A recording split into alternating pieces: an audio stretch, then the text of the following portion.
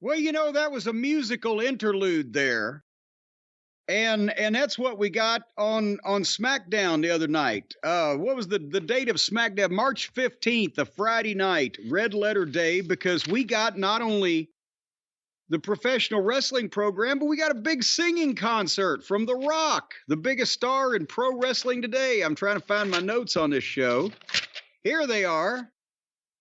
And as I predicted, Brian, I believe a couple weeks ago, as The Rock had asked for, Memphis, Tennessee was sold out for the return of The Rock. And that was the FedEx Forum. Is that 14,000 people, I would assume? I would assume. Somewhere around there? Somewhere around there. Well, I'm glad you were able to be so specific.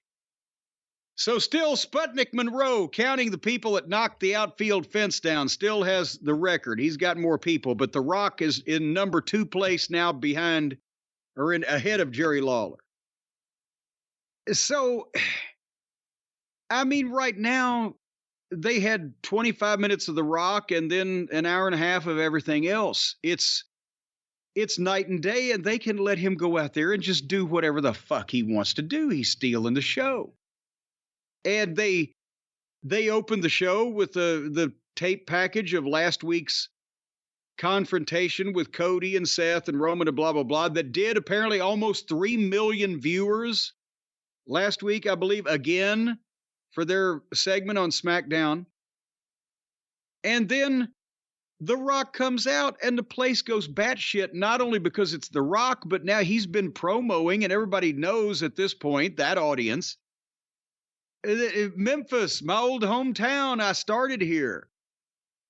And so now he switched it up because he was, and we're going to talk in a second about how you were exactly right. People hated him when he was trying to be a babyface, but now that he's the greatest heel in the world, people love him. How do you win here? But he got the Rocky chance. He got a huge response, but he changed it up where he didn't torture, scorch Memphis, as he said, because Memphis is different. He's said so many good things about Memphis in previous interviews in the Young Rock or whatever, that he couldn't come out and knock him or it wouldn't be. So he did the Bizarro World thing. Now Brett's back in Canada, but he's still knocking Cody and Seth. And these people ate it up. And it was, from Plug-in Channel 5, got a big pop, telling individual people in the audience that he loved them. And that finally The Rock has come back home. He's done that before. He did that, I think, at the Garden. Well, he's a rich man. He's got more than one house. Yeah, Rocky Johnson traveled around a lot. So now he can go to every single town they run SmackDown in and say he's home. Well, he once lived in fucking Halifax, Nova Scotia. But anyway, this was a kind of a stand-up routine that turned into a concert. Would you want The Rock to sing a song? If he'd have said, would you like to watch The Rock take a shit? Yes, God, yes. And I'd like to hear it. Here it goes. He's got a Grammy-nominated guy on the guitar and a Memphis guy on the harmonica. But it worked. These guys, they just do the fucking harmonica guitar strum thing, and it fucking worked. And he sang a blues song about Cody and Seth. And suddenly he's B.B. King with the patter in between the verses. I'm just... Now this is getting ridiculous. He's B.B. King? He was B.B. King. B.B. King? With the patter in between the verses. The king of the blues. He's the king of the blues now? Yes, he is. And he's right down there on Beale Street. Okay, you go out there and give that delivery and figure out how to sing that song with these two yahoos standing on the announce desk with a guitar and a harmonica. And saying about I can't do the music. He had to put his reading glasses on. He has reading glasses on so he can read the script that Gewurz wrote for him for the song. Well, but he got all of it in before the harmonic stopped playing. I'm gonna say something and I'll let you continue with the review so I don't interrupt you anymore. This concert thing, the singing thing was so stupid and lame. And this is everything that is lame about The Rock. The promo he did after it was exactly the right thing for The Rock. But this is bad. And here's the other problem. People are going to say right now, hey, what about the Raw review? Where's the Raw review? You didn't watch Raw. You didn't see the Cody Rhodes promo. Well, I forgot. A really strong promo from Cody, but a very different tone. Cody cried. Cody was crying because of trying to win this for his mom and because of the pressure, and he needs to complete his story. So you have him crying, and you have The Rock turning into Andrew Dice Clay and doing insult humor, and then doing babyface things. He was a babyface here. So you don't help. This is what I was afraid of, like you said before. You don't help your top babyface when your top heel is doing things to get cheered. And when nobody can touch this stuff. And I'm sorry you didn't like the concert. It was lame and slow. I thought you had musical taste. The next thing you're going to tell me you don't like my singing. I can't. Well, you wouldn't be that crazy. I know my singing. Your singing's terrible. Yes, it's the real Pips. It's the Adam's apple. The real Pips. But yeah, all of them, all 4 of them. 3 of them. I thought there was 4. Well, unless you're counting Gladys Knight as one of the Pips. Is Gladys Knight a Pip? Was there a lost Pip? Did they have to downsize? Pip Sabian. Pip Sabian, the lost Pip. Anyway, back to The Rock. I loved the concert because what a fucking performance.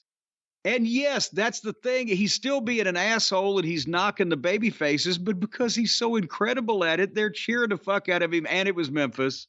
And he made a big deal out of it being Memphis. He could have run for fucking mayor and won here. But he shouldn't have. That's the point. But, well, exactly. That's part of the point. Remember, I said when he came out to be a babyface, people fucking hated him, didn't want him in the match, and started booing him. So now he's become a heel. But since he's the greatest heel in the goddamn world by such a wide margin, the people are going to cheer every fucking smart ass thing he says. But they worked with him somewhat when he got serious at the end and started crossing the line with his inappropriate comments about Cody's mother and etc. To where that I believe they started working about, ooh, we shouldn't say that. But that's what, when he cut the promo on Cody slapping him last week and then mentioned, well, Cody showed up on Raw and what's he going to say? And that's where I realized, shit, I forgot to watch. And they showed a clip of him crying when he was saying that his father wasn't here anymore for him to hand that belt to when he wins it, but he can hand that belt to his mother. And say it looked like a pretty impactful promo. And now The Rock's cutting promos on Twitter and on the show on Cody's mother. So again, the heel's doing things that the babyface is getting nothing for. The babyface is just taking it, but the heel's getting more cheers. The heel's doing more babyface things. This is the problem. You're throwing off the whole dynamic. You're going to spoil the match before it happens. Do you think Michelle's going to be in the front row and get to slap The Rock? Really, Cody should go out there and go, you want to talk about my family? Your grandmother was the least successful promoter ever, and you're putting her in the Hall of Fame. At least I'm honest about my family. I don't pretend like every one of my family belongs in a Hall of Fame. And then he inducts his mom into the Hall of Fame. Well, there you go. You're a Rock hater. I am a Rock truther. Well, I hate to use the word truther. I tell the truth about The Rock. When he's good, I say it. When he's lame, I say it. I don't pretend like he wants everyone to pretend like his shit doesn't stink. It does. He's got to call it out. The concert was lame as fuck and unnecessary and changes the dynamic too much in the feud. The promo at the end was strong. That was great. But this is coming off Cody crying on Raw. And then The Rock's coming out here like a stand-up doing a routine. It's ridiculous. Throws off the whole balance. The Rock leaning into the heel stuff is the right thing. But be a heel. Be a heel that fans want to throw garbage at, not a heel that the fans want to laugh with. An unbalanced Rock is what you're saying. I guess? Yes. I guess. Well, all I can say is what The Rock said when he hands Mama Rhodes the weight belt that he's going to beat her son bloody with. And he's going to sing to her, Michelle, what can I say except you're welcome? That was a killer line. That was a brilliant killer line. Because that's, I don't know if you would know it, that's a song he sang in a Disney movie. Well, I knew that. That's why it got such a big reaction. It wasn't just from his singing, it was the specific song he was singing. I thought it was because the note he hit. Actually, I didn't have any idea what he was doing there. But if you smell what the final boss is cooking, at 25 minutes, just give him the whole show. Because fuck it, then I don't even need to see the pay-per-view. I just want to watch the show every week if he's on it all the time. The problem is when you start the show with a long thing like this, it makes it hard to get through the rest of it when you know there's going to be nothing else even of this caliber. You almost have to end the show with a segment like this because at least then you sit through everything. I kind of was in and out the rest of the show.